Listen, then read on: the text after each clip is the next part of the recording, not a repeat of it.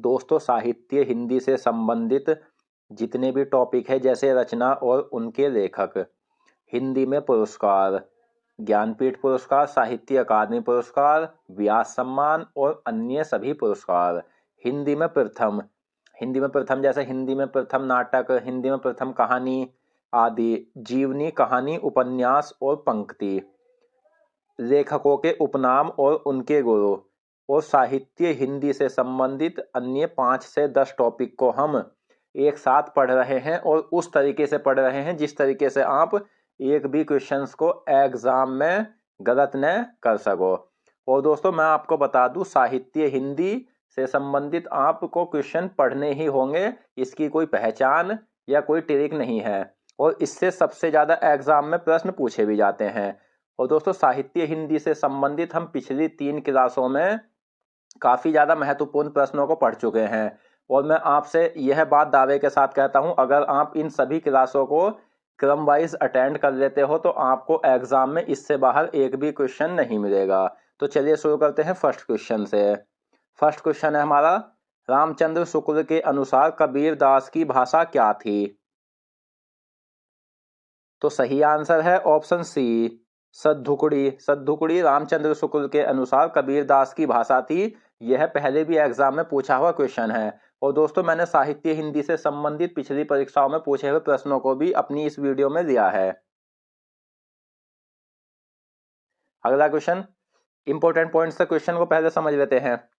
तो सद्दुकुड़ी भाषा से आशय है इसमें अनेक प्रांतीय भाषाओं या बोलियों के शब्दों का मिश्रण है, यह भी आपको याद रखना है, यह सद्दुकुड़ी भाषा की विशेषता है। अगला क्वेश्चन, साहित्य जगत में कवि सम्राट की उपाधि से विभूषित कौन से? तो दोस्तों साहित्य जगत में जो कवि सम्राट की उपाधि से विभूषित थे वे थे ऑप्शन ए हरिओद। अयोध्या सिंह हरिओद को कवि सम्राट भी कहा जाता था, यह आपको याद रखना है। अब यहां से एक क्वेश्चन और यह बनता है कि अयोध्या सिंह हरिओद की किस रचना में 17 सर्ग है? तो अयोध्या सिंह हरिओद की प्रिय प्रवास रचना में 17 सर्ग है, यह आपको याद रखना है।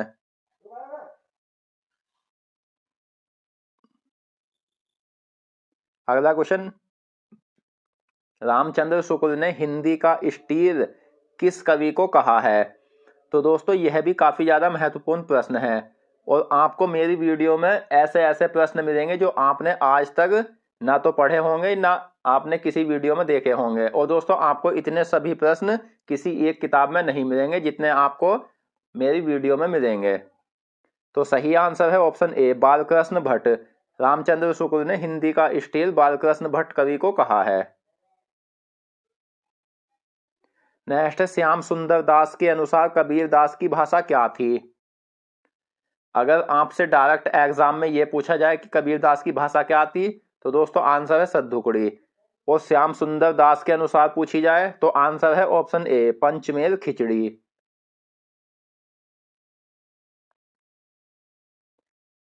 नेक्स्ट, हजारी प्रसाद द्विवेदी ने किस कवि की भाषा को वाणी का डिक्टेटर कहा है?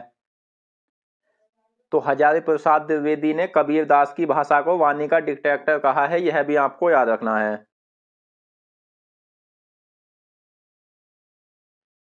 नेक्स्ट, भक्ति काल की निर्गुण धारा के ज्ञानाश्रय शाखा के प्रमुख कवि कौन है? तो सही आंसर है ऑप्शन ए, कबीर दास। दोस्तों हिंदी साहित्य को 4 कालों में बांटा गया है, यह हम पिछली वीडियो में पढ़ चुके हैं, जो आप हमारे चैनल की प्लेलिस्ट पर जाकर देख सकते हो। वे तीनों वीडियो आपके लिए काफी ज्यादा महत्वपूर्ण है, उसमें काफी ज्यादा प्रश्न है। उसी के अंतर्गत दोस्तों भक्ति काल जो है वो 2 धाराओं में बटा है, निर्गुण और सगुण। और निर्गुण धारा ये ज्ञानाश्री और प्रेमाश्री शाखा में बटी है, और सगुण धारा कृष्णाश्री और रामाश्री शाखा में बटी है, यह भी आपको याद रखना है। ये आप सब पिछली वीडियो में देख सकते हो। नेक्स्ट, निम्न में से कबीर किस भाषा का शब्द है? तो इस क्वेश्चन का सही आंसर है ऑप्शन बी, अरबी भाषा का। दोस्तों कबीर शब्द का अर्थ क्या है? तो कबीर शब्द का जो अर्थ है वो महान या श्रेष्ठ होता है। अगला क्वेश्चन, कबीर की बानियों का प्राचीनतम नमूना किस ग्रंथ में मिलता है? तो ये मिलता है गुरु ग्रंथ साहिब में। नेक्स्ट, कबीर की बानियों का संग्रह क्या कहलाता है? तो कबीर की बानियों का संग्रह बीजक कहलाता है, यह आपको याद रखना है।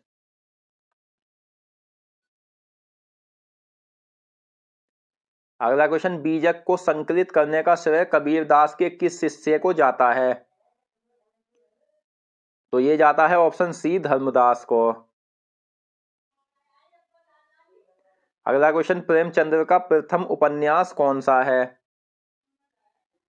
तो दोस्तों प्रेमचंद का जो प्रथम उपन्यास है वो है ऑप्शन डी, सेवा सदन। और मैं यहां आपको ये बता दूं कि जितने भी कवियों के उपन्यास है वो हम पिछली वीडियो में भी पढ़ चुके हैं और आगे भी पढ़ेंगे, क्योंकि दोस्तों मैं सभी रचनाओं को 500 से 1010 प्रश्नों में तो रचनाओं को पढ़ाऊंगा, जिससे आपका एग्जाम में एक भी प्रश्न नहीं बचेगा।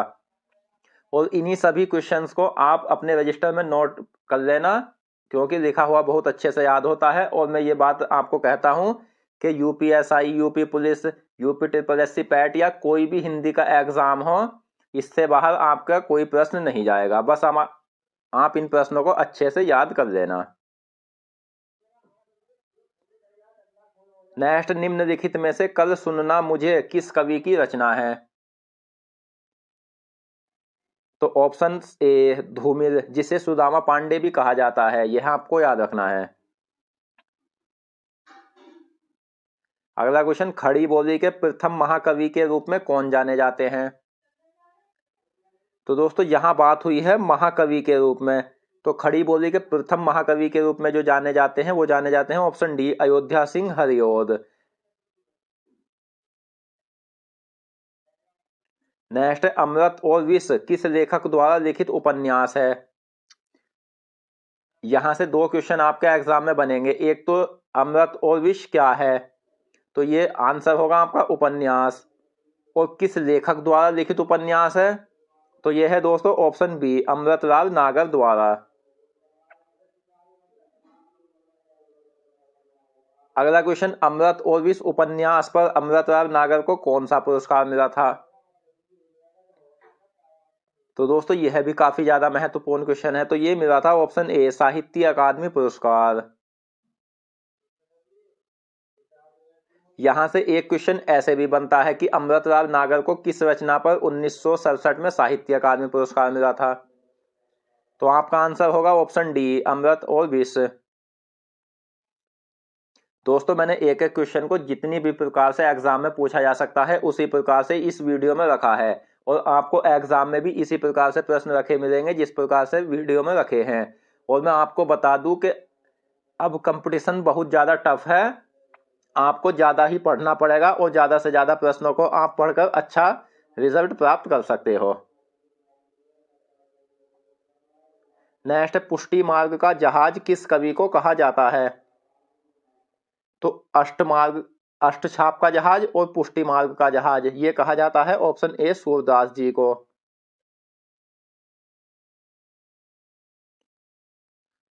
अगला क्वेश्चन, निम्नलिखित में से उपन्यास का सम्राट किस कवि को कहा जाता है? तो दोस्तों उपन्यास का जो सम्राट कहलाते हैं वो धनपत राय कहलाते हैं, यह आपको याद रखना है। यहां से एक क्वेश्चन एग्जाम में ऐसे भी बन सकता है कि धनपत राय को उपन्यास का सम्राट किस कवि ने कहा था?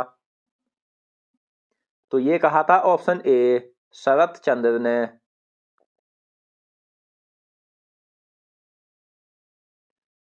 नेक्स्ट, निम्नलिखित में से किस कवि को महेश दास के नाम से जाना जाता था?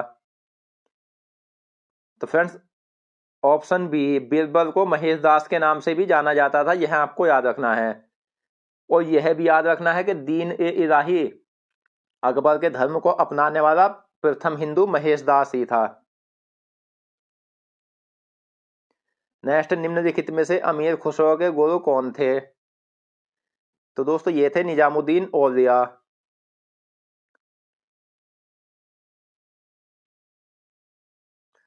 नेक्स्ट, भारतीय साहित्य के लिए दिया जाने वाला सर्वोच्च पुरस्कार कौन सा है?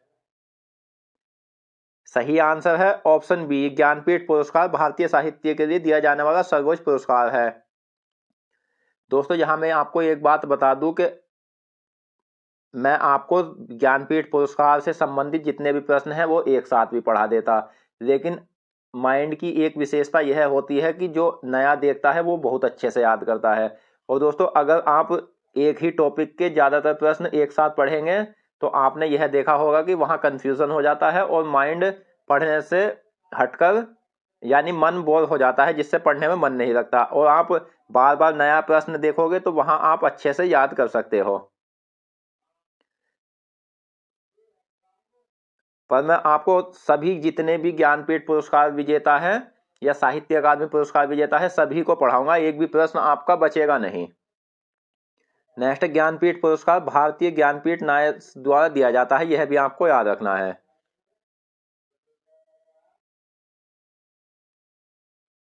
अगला क्वेश्चन, ज्ञानपीठ पुरस्कार की स्थापना किसने की थी? तो ज्ञानपीठ पुरस्कार की जो स्थापना की थी वो शांति प्रसाद जैन ने की थी।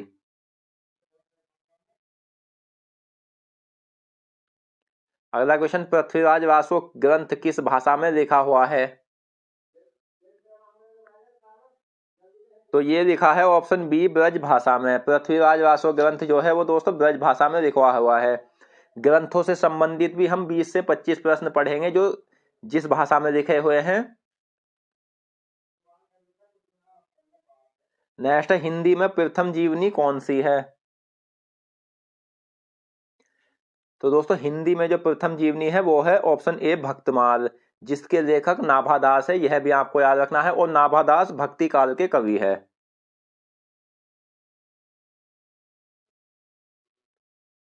अमृत और विश्व उपन्यास पर कौन सा पुरस्कार दिया गया था? एग्जाम में यहां से भी ऐसे क्वेश्चन बनते हैं। तो अमृत और विश्व उपन्यास पर जो दिया गया था वो साहित्य अकादमी पुरस्कार दिया गया था। नेक्स्ट है, 1967 में साहित्य अकादमी पुरस्कार किसे मिला था? तो ये मिला था दोस्तों ऑप्शन ए, अमृतलाल नागर को। दोस्तों अगर आपको वीडियो पसंद आ रही है तो प्लीज वीडियो को लाइक एंड शेयर जरूर करें। और दोस्तों अगर आपको हमारी मेहनत पसंद आ रही है और वीडियो अच्छी लग रही है तो आपका भी फर्ज बनता है आप हमारे चैनल को सब्सक्राइब करें अगर आप हमारे चैनल पर नए हैं। और हमें कमेंट बॉक्स में बताएं आपको यह वीडियो कैसी लगी। नेक्स्ट, कलम का सिप मजदूर निम्नलिखित में से किस कवि को कहा जाता है? तो कलम का जो मजदूर कहा जाता है वो धनपत राय कवि को कहा जाता है। नेक्स्ट, गबन उपन्यास किस लेखक द्वारा लिखा है? तो ये लिखा है ऑप्शन डी, मुंशी प्रेमचंद ने।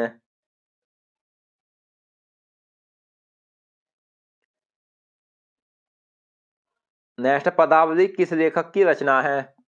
तो सही आंसर है ऑप्शन सी, विद्यापति की।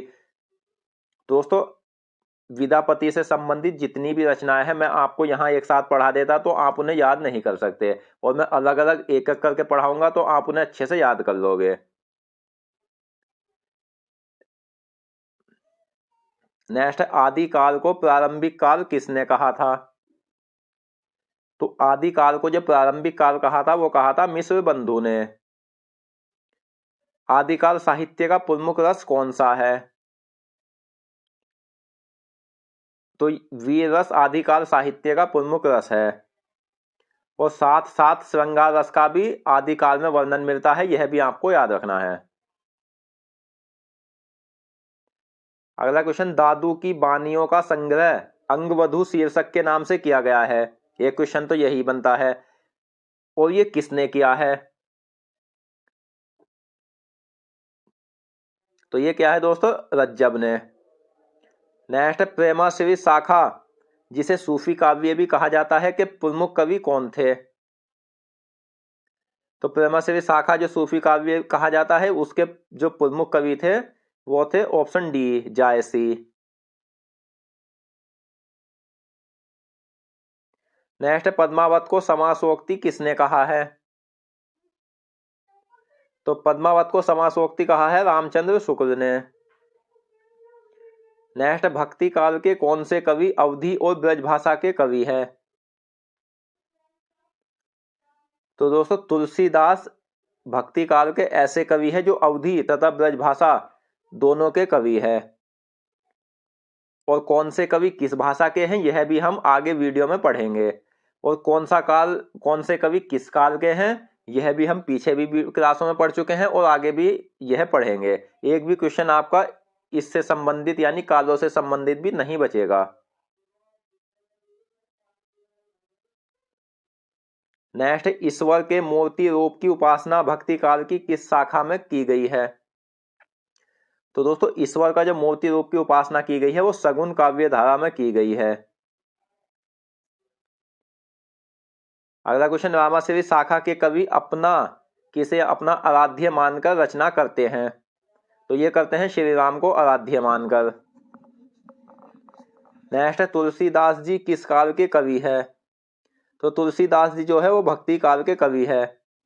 यहां से ऐसे भी क्वेश्चन बनता है कि भक्ति काल न देकर सगुन काव्य धारा मिले या सगुन काव्य धारा न देकर रामाश्री शाखा मिले, तो यह आपको तीनों को याद कर लेना है।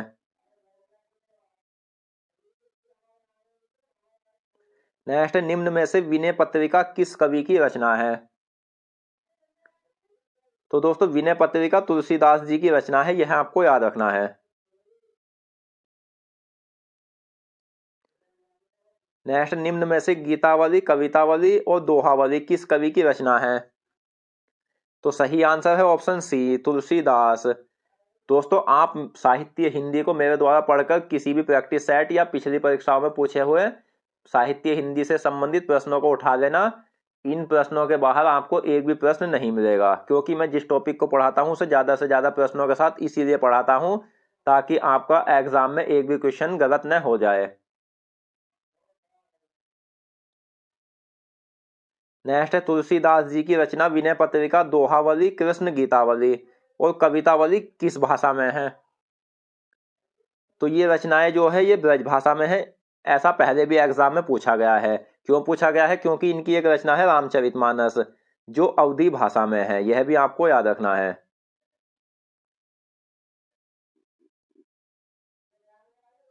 नेक्स्ट है, तुलसीदास जी की कौन सी रचना मुक्त काव्य है?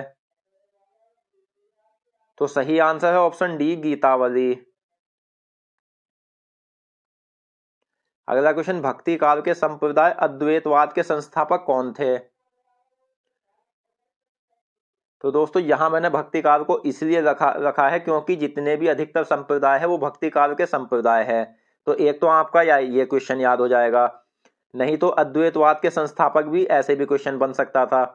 तो एग्जाम में जिस प्रकार से भी क्वेश्चन बन सकते हैं उसी प्रकार से मैंने रखे हैं। तो अद्वैतवाद का संबंध भक्ति काल से है और इसके संस्थापक कौन थे? तो ये शंकराचार्य थे, यह भी आपको याद रखना है। नेक्स्ट है, सूरदास की किस रचना को स्त्री चरित्र का विशाल काव्य कहा जाता है? तो ये कहा जाता है सूर सागर को।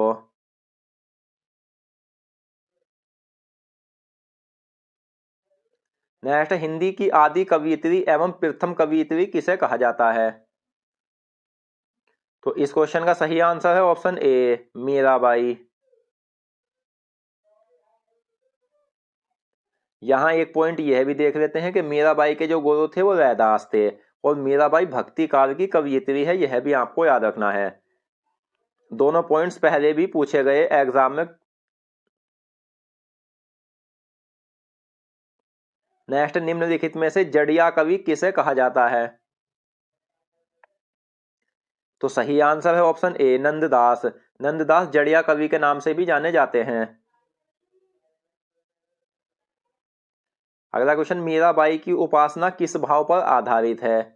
तो ये माधुर्य भाव पर आधारित है। सूरदास किस काल के कवि है? तो सूरदास भक्ति काल की सगुन धारा में कृष्णाश्री शाखा के कवि है। नेक्स्ट है, कृष्णाश्री शाखा के मुख्य प्रवर्तक कौन है? तो यह है वल्लभाचार्य। और दोस्तों, कृष्ण भक्ति धारा का प्रतिनिधि कवि पूछे जाए तो यह है ऑप्शन ए, सूरदास।